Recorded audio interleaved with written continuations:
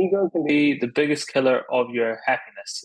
A bit of ego is important because if we had no ego, then we wouldn't want to do anything. So a little bit of ego is fine, but if we don't control it, it can destroy us. Okay. And I'll just share like my story with ego and how it affected me growing up. So, like a lot of people growing up, I had my challenges. I was bullied and picked on for my weight and everything like that. And so I was very insecure growing up. I was very quiet, didn't speak much, didn't really do much, and yeah, and that was pretty much me. And then it got to the stage where I was about 12 or 13, and I discovered sports, health, and fitness, got into it, and lost a significant amount of weight, which is cool. Then through school, I didn't do too well. I found it very challenging.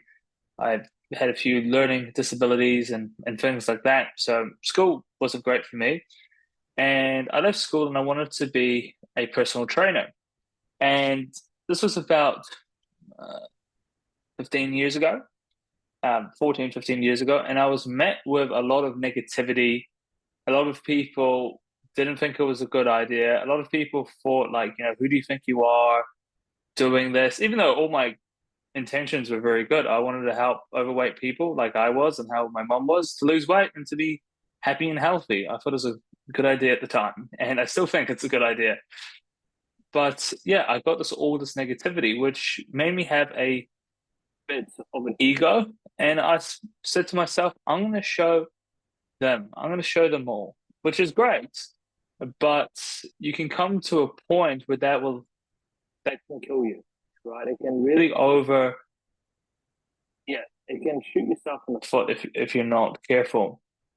And I didn't, it turned that I wasn't doing it for me anymore, and I wasn't doing it for the clients, and I was showing up for the wrong reasons, right? I wanted to validate myself and feel okay, but it was all to do with the opinions of others. And so what happened was at first I wanted to lose like even more weight. I wanted to be shredded, which that happened. Then I didn't get the validation that I wanted. And so my next thing was like, well, I'm going to get as much clients as possible. And then people are going to respect me. And I did that. I got all these clients. I was the most booked out personal trainer in my gym and then in the area or whatnot. And it was, yeah. But still, I felt empty. And I realized that I wasn't really doing it for me.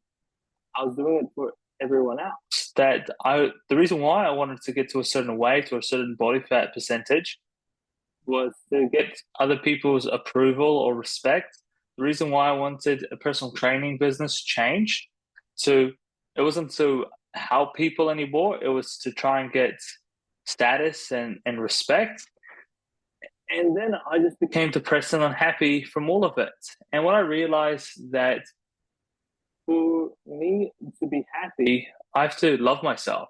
I have to respect myself.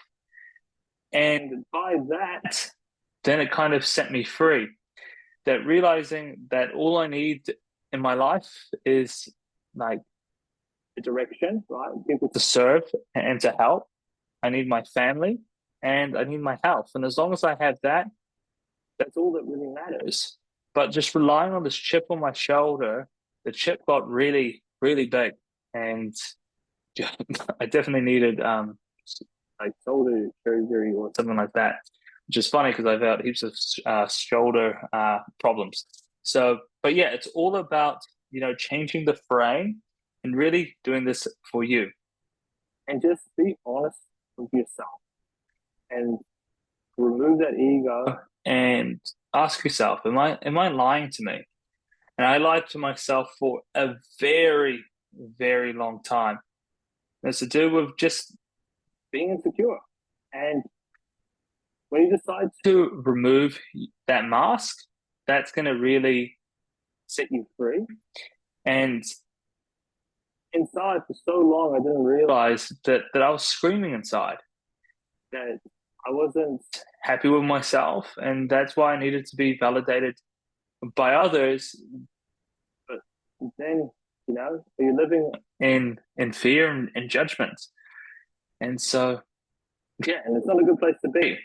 So now once you get past the ego, you have to think of like the values and what are the things that we're going to give an F about, okay? And I talked about this last night, but I recommend writing 5 things that you give an F about, okay? And as I said last night, my ones are family, love, impact, innovation, and freedom. And so those are the things that I give an F about. Everything else, not really, right? Not really at all, okay? And just think to yourself, like, what is my purpose? Like, what do I really want from this life? Okay. And this will help you find your values. What do I want to be doing? Like each day? What brings me joy? Am I reacting to things? Am I reacting to people's bullcrap? Like, something that I've decided to do is that if it's almost like if the person doesn't serve me, or if they're not bringing value, or if there's not a value exchange that I give them value and they don't give me value back, then pretty much that person doesn't exist anymore. And it might sound harsh, but I just got to a point where with certain individuals I was giving, and wasn't receiving anything in return.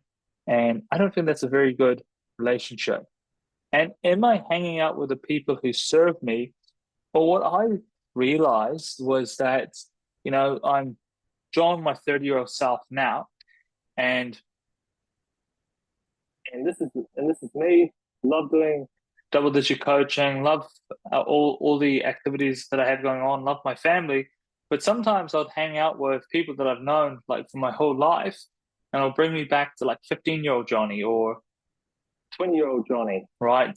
And that doesn't really serve me anymore. And sometimes that there's people in your life that are pullers that will just pull you down, and you need to act so straight away. Then there's campers, people who are just going to camp and chill, and they're cool. I've got a lot of camper friends, but I just can't be with them too long, or I end up camping, and that's not what I want. And then there's climbers, people that will pull you up and help you climb this mountain of success. Okay. And that's what double digit coaching is about. We pull each other up. Okay.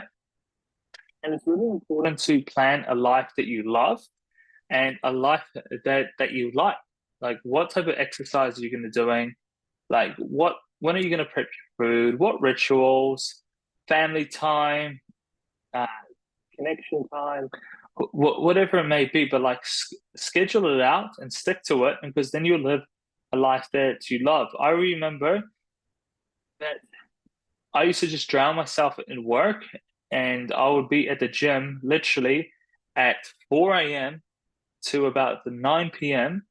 5 days a week. I'll be at the gym for that long, okay, and training clients or working on my business. And I would just drown myself in work because I wasn't really that happy with other areas of my life. And so that's my ego taking over again. That, okay, doesn't matter that, my like relationships isn't where it needs to be, that it doesn't matter that my health is crap and I'm living off sushi and coffee. That doesn't matter because I'm good at my work. Right? I've got all these clients. Look at me. But again, there comes a point where your ego will shoot you in the foot, and you've got to think, like, at the end of the day, this comes down to like respect. Okay, I think I told you everyone on your first call that the reason why we're doing this is because we love ourselves and we respect ourselves. And yeah, once you have that, then you'll be free. And realizing that you have nothing to prove to anyone else, okay? And it's like, for example, I used to be like, oh, I don't care what people think of me, but I'll be scared to go to the beach. Or I don't care what people think of me, but I'll avoid certain places and certain situations. Right? And it's just about being honest with yourself. And the more honest you can be with yourself, the more free that you'll be. And sometimes, everything has to go to shit for things to be good, okay? Sometimes if you put on a significant amount of weight, well, that's just indicators that something in your life is not good. Maybe you're eating too much, maybe you're drinking too much, maybe there's something medically wrong. Um, or, for example, you lose your job. Oh my God, that's so bad. But then a month later, you find a new job and you absolutely love it. You had to first lose that job to actually find that one, for example. Or like with me, like my dream was to be a personal trainer. Now I'm in the gym training, and I feel sorry for the personal trainers, for because I know what that job entails. So certain things will serve you for a certain amount of time, and then it'll be time to move on.